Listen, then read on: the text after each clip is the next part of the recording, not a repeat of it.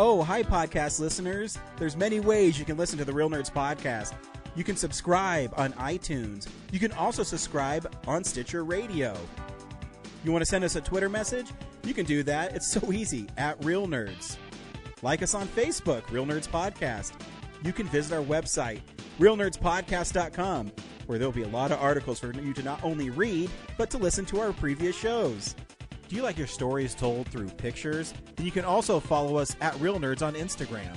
You can also call us, 720-6nerds5. Thanks for listening and enjoy the show. Camera, action! Well, a real nerd knows who shot, and a real nerd can follow the plot, and a real nerd can... talk film! I'm sorry. Take it outside.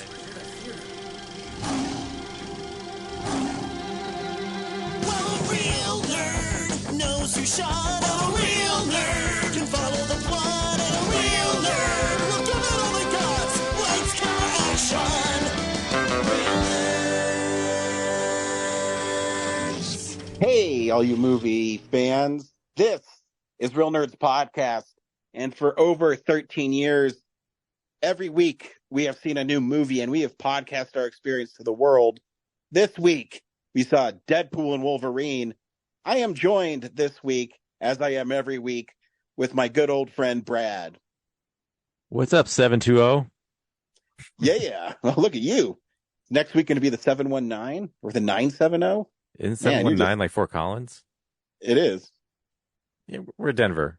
Yeah. Oh, I didn't know I didn't know we were just Denver. I thought we were Colorado based, Well, reaching out to everybody. If I go further than that, we are like a worldwide podcast. I'm gonna have to like do all the area codes and Gotcha. that we dominate in, and it's just too many. So It is too many to count. I like Fort Collins. They have a great drive-in. So They do. So yeah, so stay tuned. We will recommend Deadpool and Wolverine or not, play the trailer, then spoil the film. We'll also talk about movie news this week, which is the big week with San Diego Comic-Con dropping some stuff on us and films they've watched throughout the week. But Brad, I mentioned this 2 weeks ago, and I can't believe I was right.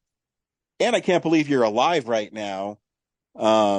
You participated in the 48-hour film festival project. And for the 15th time, yes. And not only that, but you got drama or musical. How'd you predict that? I don't know, I'm bro. blaming you for cursing me with it. It's like I know. You wanted me to get it, so you make my life even more of a hell. But did you feel like you got pushed, creatively because it's something you've never done? When I got it, I was like, I was pretty frustrated. At the kickoff, so on top of that, I've been sick this week. So I tested positive for COVID on Friday morning, Oh, shit. 48. And earlier, 5 days earlier, I tested negative. So suddenly I'm in this like, what do I do now? Like, I obviously can't film with people. So I waited a few hours, tried it again, got a negative result, but still, how do you go up to everyone and be like, I'm fine. I tested positive and then negative. And obviously I'm showing symptoms. So no one feels safe around me, so I can't film. And then so I go to kickoff. I'm like staying at the back of the parking lot from everyone else filming, and just letting my proxies handle everything for me, the contact stuff. And yeah, I draw a drama musical, and I'm just like, ugh, ugh. Bring it on, like more like, okay, I'm going to do drama, obviously. Then I got in the car and I went, so we had this plan with another team this year to do the same script, but different genre, right? So they're going to write something and then I'm going to take what they write and then form it to my genre. But I've got either musical or drama, and drama is like, okay, they had disaster film and something else. I forget at this point, but like, if they had like, I don't know, film de femme is like one of their genres, or like buddy film.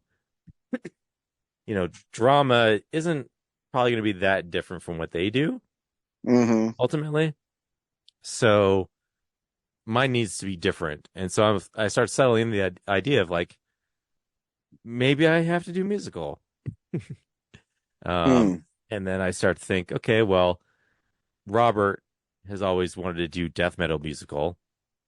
Maybe this is finally his year. I haven't prepared him for this outcome. I kind of assumed that I would be a team of one this year, and I'm gonna just like do some bullshit based off of what the other team does and just call it a weekend. But I'm driving. I'm like, maybe Robert's free. I'll see. Worst he can say is no, right? And he Yeah. was free, and so Wow. like, hey man, this is your time. Like you've always wanted to do it. I'm not standing in your way. Do whatever you want. I don't give a shit. I just need to turn something in on Sunday and wait till next year. And so yeah, he Saturday morning got started on it and wrote a little death metal musical for me. And then I had to figure out how to make that happen visually. And so how did you make it happen? Well, obviously I couldn't film with the other team like I wanted, so I couldn't use their footage. Like I couldn't use their actors for my thing. So what we did was, I had tested negative, and then I posted, you know, I was kind of waiting for the footage from their team to get shot so I could figure out what I was going to do. So while I was waiting for that, I decided to start to work on the poster. I knew it was going to be based on a disaster movie they'd picked. So I was like, okay, Doomsday musical death metal. I can make that design. And so I made the poster. And then a couple hours later, Zach Bynes texted me saying, hey, I saw you might be doing like a metal thing. Do you need some band shirts or something? Because I got tons of those. I was like, you know what? Actually, I would love, like, I wish I could, but I might have COVID. I would love to just go to the Bug and film a metal concert. And then I can splice that footage with the footage from the other team.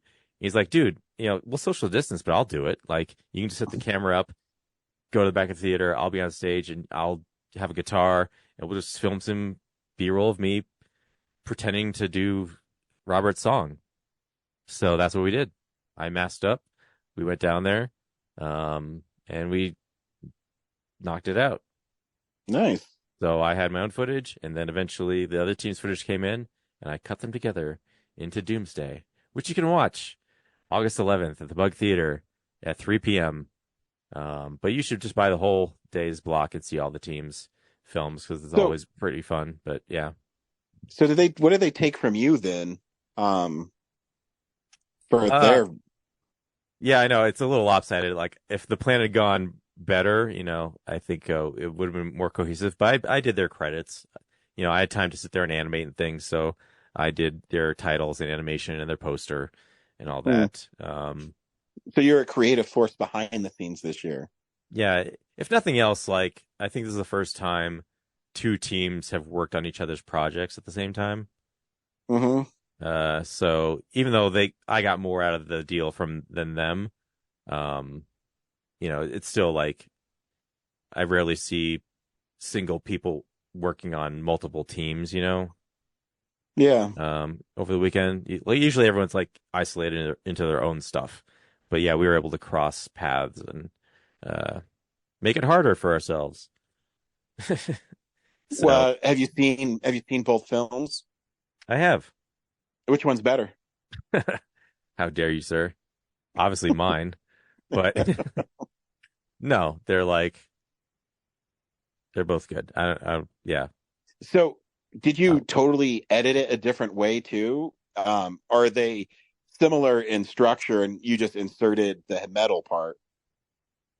I made them very different. Like if this had worked, if I hadn't gotten sick from moving all the Esquire stuff,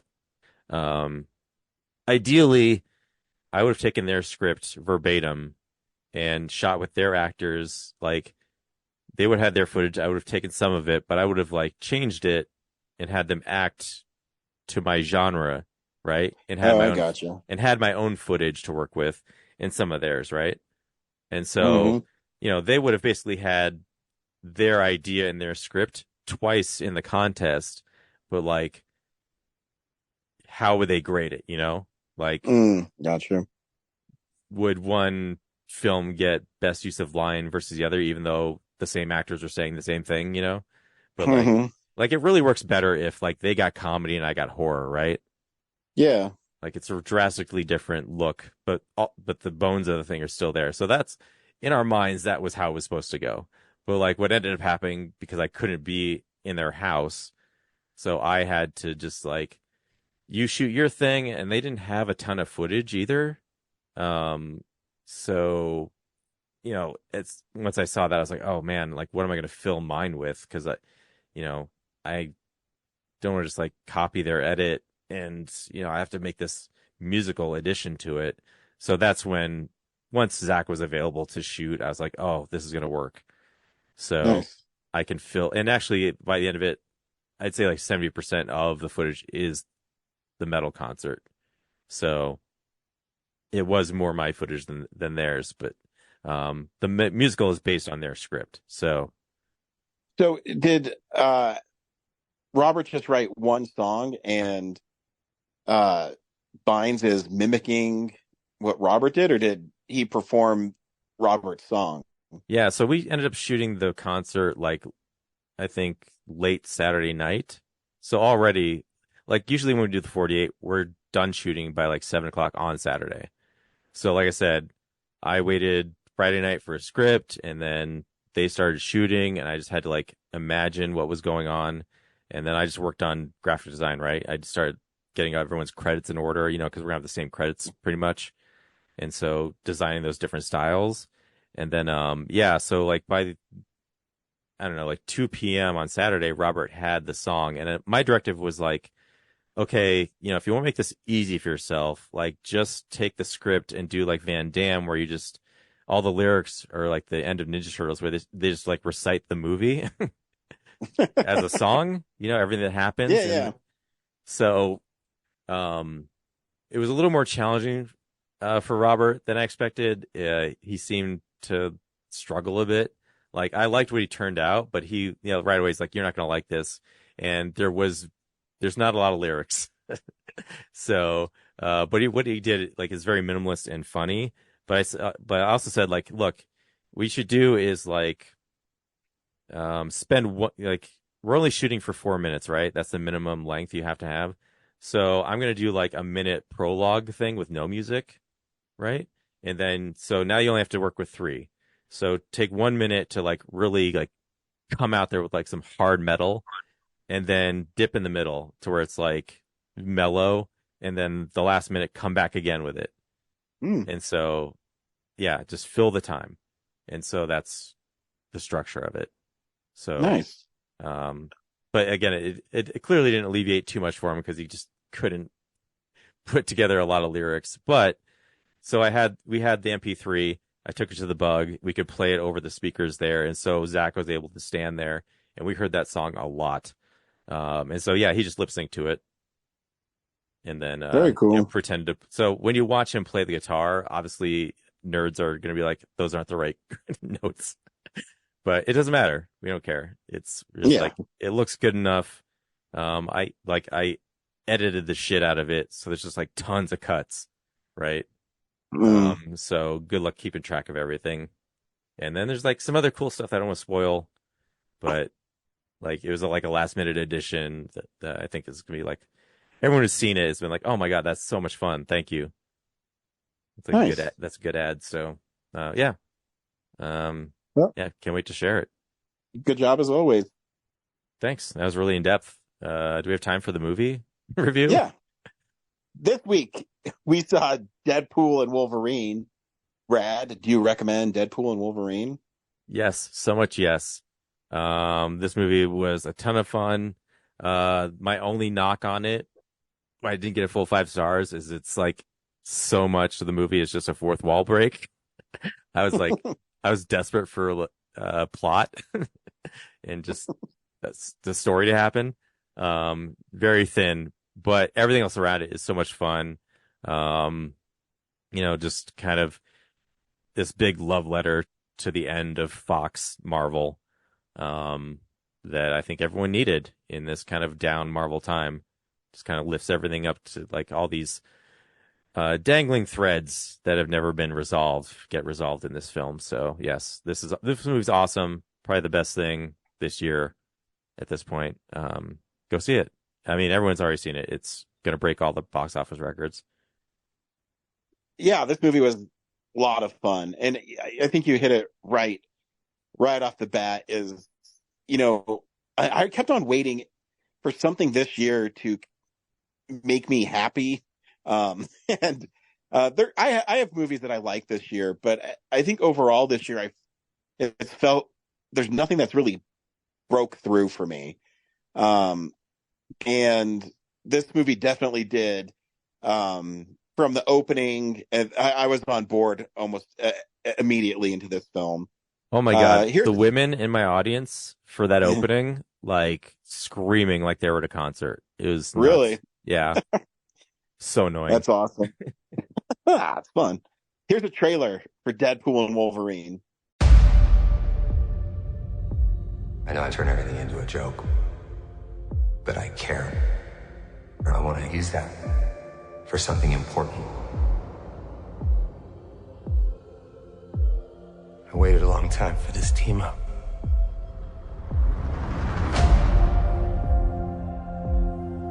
In my world, you're well regarded. You were an X-Man. Fuck that, you were the X-Man. The Wolverine. He's a hero in my world. Yeah, well, he ain't shit in mine. Scott used to beg me to wear this suit. So did Storin and Beast. But I couldn't have him thinking I wanted to be there. And it was too late. It's only 9 people, but my entire world is right here in this picture.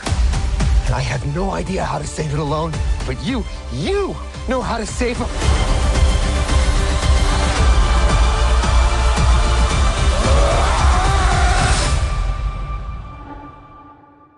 Whoever you think I am,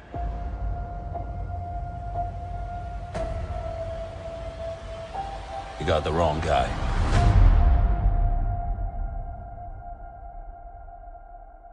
You were always the wrong guy.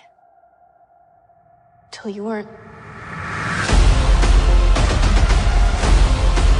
Are you ready? Fuck yeah, I'm ready. I'm the Wolverine.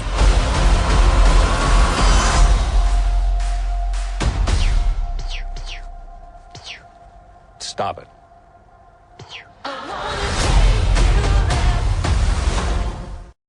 So you're right. The plot is not that big. Not that deep. It is literally Deadpool's world is going to cease to exist on an accelerated rate because the TVA from Loki and all this multiverse stuff in the 5th phase of Marvel. So he's they want to bring him into the MCU is basically what's happening. And Deadpool decides he's going to use Wolverine, who is what's the name of an anchor? Anchor being to help him save his world and basically tell the TVA to go fuck themselves. And he ends up in the wasteland where we meet a lot of 20th Century Fox and New Line Cinema superheroes. And yeah, that's basically the story. But I love too, because throughout this whole process, Hugh Jackman said he would only do it if they promised to not mess with Logan, because he thought that was a perfect ending for his character of Wolverine. Yeah, and not shit on the legacy of Logan. Yeah. Yeah, the first 5 minutes is Deadpool literally desecrating his corpse. Yeah. And desecrating the corpse. Yeah. And that just sets the tone for the whole movie, because now everything is so on its nose and meta that you have to just basically buckle in and enjoy the ride. Yeah, Because, so much of the movie is like the TVA is literally Marvel trying to like yeah, prune their exactly. multiverse, and yeah, nothing is like nuanced about it. Like, And what it's was fun too is it had the vibe of, it's Deadpool's gonna see Avengers Age of Ultron and things like that, and that never came to pass. It was more of, you're right, it was basically burying the 20th Century Fox um Marvel movies and ushering it into the MCU. yeah. And I mean, the, my favorite cameo is Chris Evans as Johnny Storm because Yeah, like there's it's so many just, like I was surprised at how many cameos and surprises there actually were that hadn't been spoiled for me yet. no, yeah, me too. And that was just the first big one. Yeah. And when he ggets his skin ripped off, oh my God. I was like, wow, they're not pulling any punches on this one. No. Well, because what's great too about that moment is when they go I can't believe I can't remember what's the name of the villainess in this. Cassandra Yeah, Cassandra. something. Cassandra Nova. Yeah, where Wade Wilson is saying, man, he's saying that you're like a cum dumpster and Yeah. all this stuff. And he's like, I would never fucking say that. What are you talking about? And then he gets, turned inside out. Yeah. And then the tag scene is him actually saying that and way worse. Yeah. It's Deadpool's like, fucking awesome. got you, fuckface. Yeah. Great. Too, though, there is some great human elements. I think Hugh Jackman in this movie is great. Oh, dude, when he goes off on Deadpool in the car or the van, Mhm. like I was like, that's his Oscar clip right there. Yeah. And because it's what's cool too is he's, he is Logan, but he is playing the character differently. He's way more bitter. He's way more resentful. And there is that moment with X-23 where she says, that's why we picked you, because you were never the right guy. And there's just something about it, in his physical command of it. I mean, there's funny jokes where, Deadpool says, oh, this is why you're wearing this costume, because your dad bod's gotten away from you. And then at the end of the movie where he shows up and he's completely shredded and he's like, oh my God. Yeah. It's hilarious. And I love Canadian Deadpool, or the Nice Pool, or whatever. Nice Pool. Yeah. Where Deadpool basically gets him murdered Yeah. on purpose so he can have his dog. Oh, Yeah, God. Because Logan even says, he did that on purpose. Yeah. You can't regenerate? What's regenerate power? Coughing out blood. And then like drags him back through to get shot again. Yeah, just because. It's awesome. Because And then that scene's awesome with all the Deadpools, and they fucking like eviscerate them, and then they all come back together. Which that scene, I was like, they know Deadpool's regenerate. Like, why are they even bothering with this? But it was fun. Yeah. And then they decide to stop fighting because Deadpool's sidekick shows up. Peter, he has like huge balls Yeah. in his suit. Yeah. And Which what's what? What's the name of the TVA lady? Raven's Slayer. Gosh darn it. Renslayer? Yeah, Renslayer, where she's all in love with Peter too. Yeah. Also, I thought like Peter and what was it, like a bunch of the characters from Deadpool 2 that got like killed in Deadpool 2, like where like Peter died, right? Like he got like, yeah, but remember he went back in time. He fucked with time and went back because Shatterstar dies and he's there too. Yeah, Shatterstar. I was like, I thought they died. Yeah, I guess he fixed him. Yeah, yeah, it's fun, and yeah, the fight inside the minivan was fucking awesome.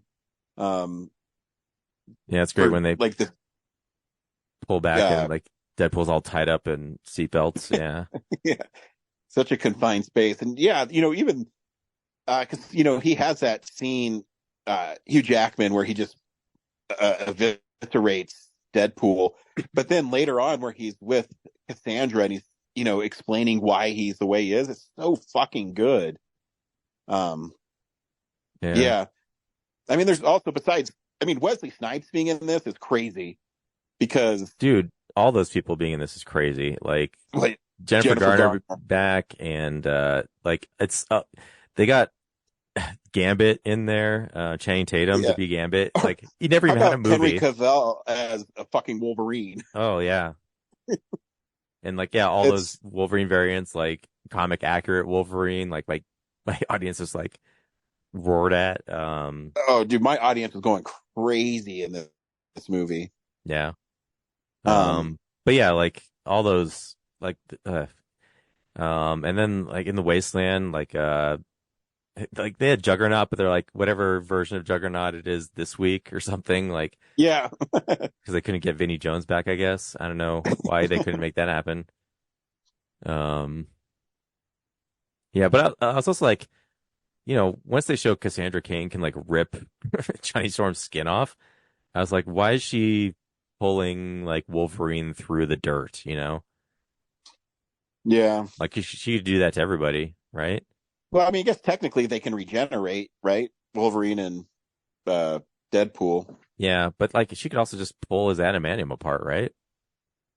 Like she's that powerful. I guess she could, yeah. Yeah. I don't know. And then so there's that, and then also like, the whole thing with Vanessa being like wanting him to be a hero, kind of forcing him to find like a better job. I was like, that's kind of in the face of the first movie where they're kind of like loved each other for not like being the best people, So it's weird that she had that turn and that like that was the impetus for him to like go to a different universe to try to apply for. Yeah. It's like, it's weird that he suddenly like, and also being like reluctant to even start the X-Force, Mm-hmm. He was saying like, I want to be a part of a team. I want to be an Avenger. It's like, didn't seem like in character, but I don't know. Maybe he changed. I'd lose my mind if Robert Downey Jr. showed up in this film. I kept on expecting him to. But yeah, it's just a fun movie, and I wanted to have fun, and I had tons of fun watching it. Yeah, and that's just what I needed. Because it seems, yeah, like I said earlier, I was waiting so long for a movie like this, and it finally came and it delivered. And it was fun. Like I had a lot of fun, and Ryan Reynolds is so good in it, and Hugh Jackman is great. And I love that they also set up that, Hugh Jackman might even be in other Marvel movies now. Yeah, maybe. Like I know he has that line at the end where he goes, "Probably not," but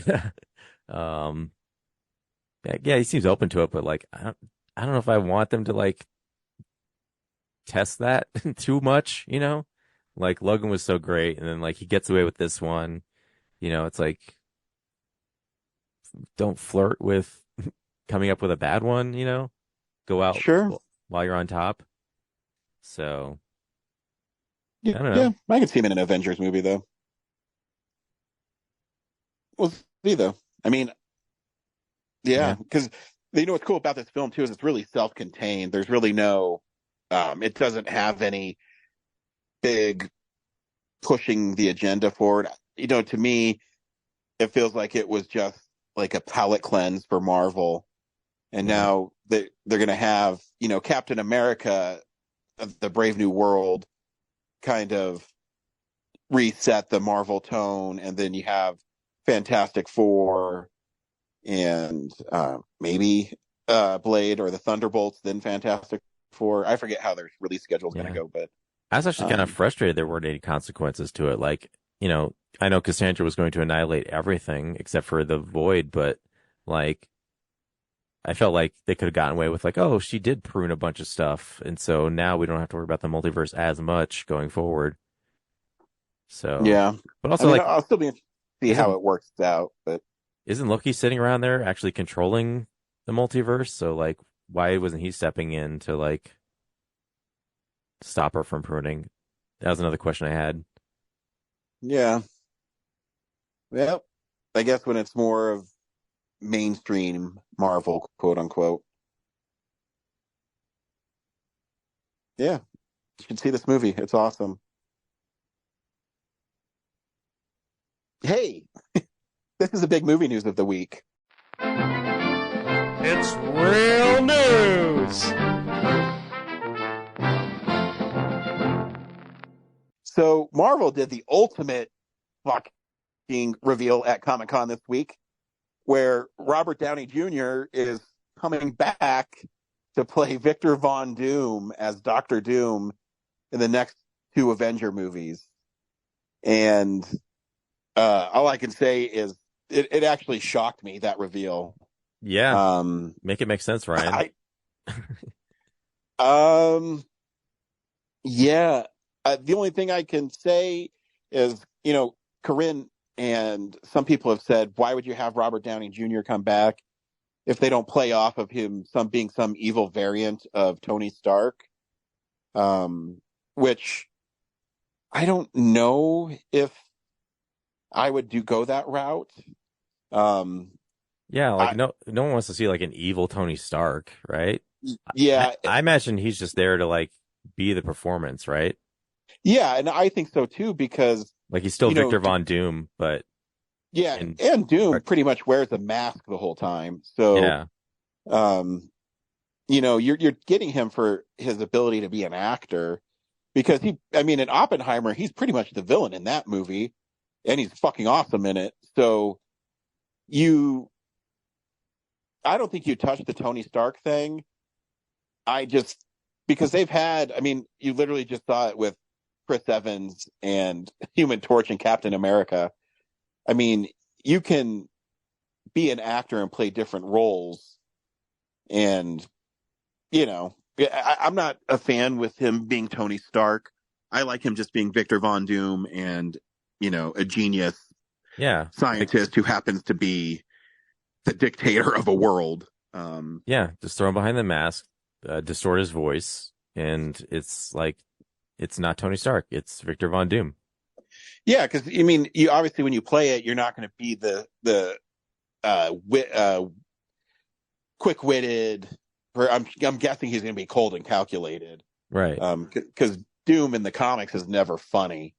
He's very driven, and he's constantly voted as the greatest comic book villain of all time. Just because he's so complicated. And he hates Reed Richards. So I'd be shocked if he doesn't make some sort of appearance in Fantastic Four.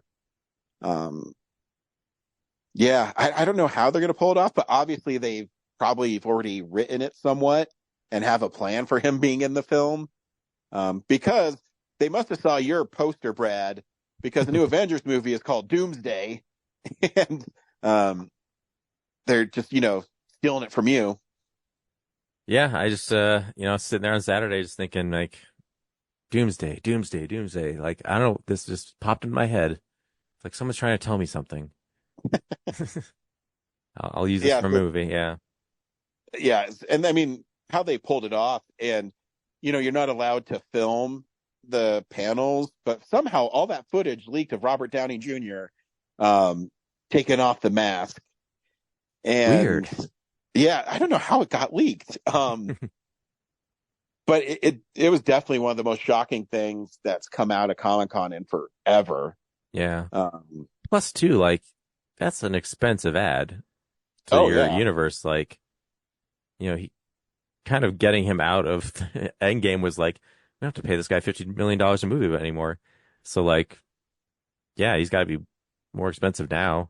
Oh, yeah. Did you read? You must have not read the article on Variety. Do you know how much they're paying him? No. $120 million. Oh, man, that's better. Yeah. Maybe you can get away with one, but if he's going to be a lasting character in this universe, that's expensive. Yeah. Well, he's mentioned he'll always come back. The money's nice, but 120 million for what might just be a voiceover performance. Yeah, I think he's going to be in it, because Variety had this whole breakdown of what it entails, and he has his own trailer, which you think he would anyways. But so I'm guessing he's going to be on set and stuff. So I'm going to be really interested to see how they play this, because they're a little behind the 8 ball. So we'll see. Yeah, it's definitely interesting. Yeah, I'm excited.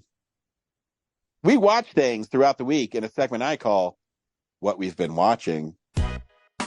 So, this is the stuff we've been watching. Brad, what'd you watch this week? Just one thing. I finally saw the Coen Brothers movie Blood Simple. Oh, that's an old one. Yeah. 84. It's part of the Alamos 84 series. And yeah, I thought it was good. Not the movie I imagined, I guess, from like all the stuff I've seen over time. But I think like the end, or like the kind of like how it ends is like all the twists and turns are actually the most interesting part of it. It's about these two characters that are like having an affair, and this bar owner who catches them, finds out about it, and tries to have them killed. And then the hitman he hires kills him and runs off with his money. And then there's like a whole chain of events, like all the, fallout of that, like evidence wise, kind of leads to a comedy of errors of misunderstanding.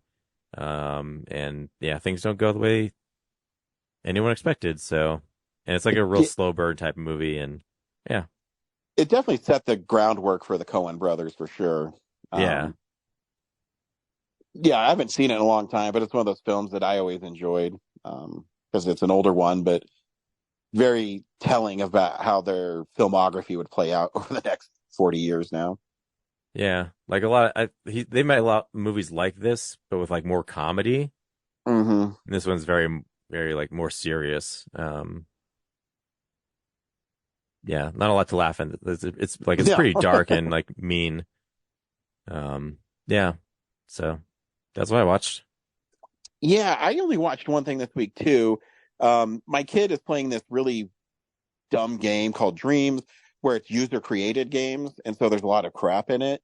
And he found this one called The Bad Luck Leprechaun, and he says, "Oh, he's so scary." I said, "Do you want to watch a movie with a real scary leprechaun?" And he said, "Yeah, sure." So I put in the 1992 Warwick Davis Leprechaun movie, and my kid liked it because it's it's not a scary movie. It's a little gory, but it's totally stupid. Have you seen the Leprechaun films, Brad?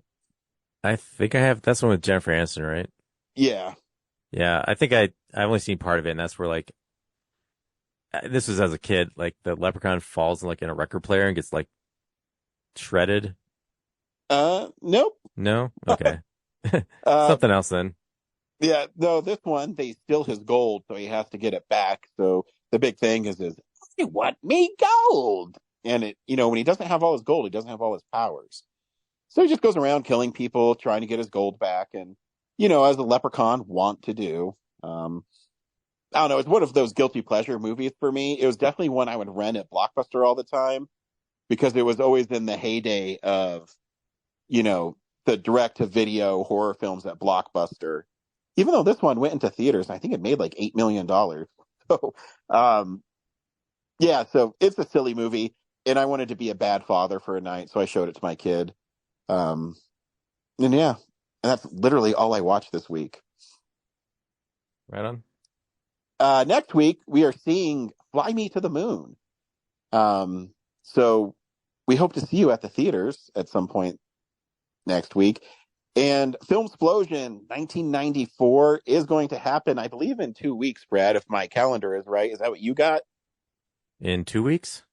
Yeah, because I think next week is something we want to see, if I remember right. I don't have to look at the release calendar. Well, next week I will be out of town, next week I'll be out of town. 2 weeks I'll be out. We'll figure it out. Yeah. But just start thinking of those lists. But we are definitely overdue on Filmsplosion, so they're coming. Yep. Until next week, we'll see you at the movies.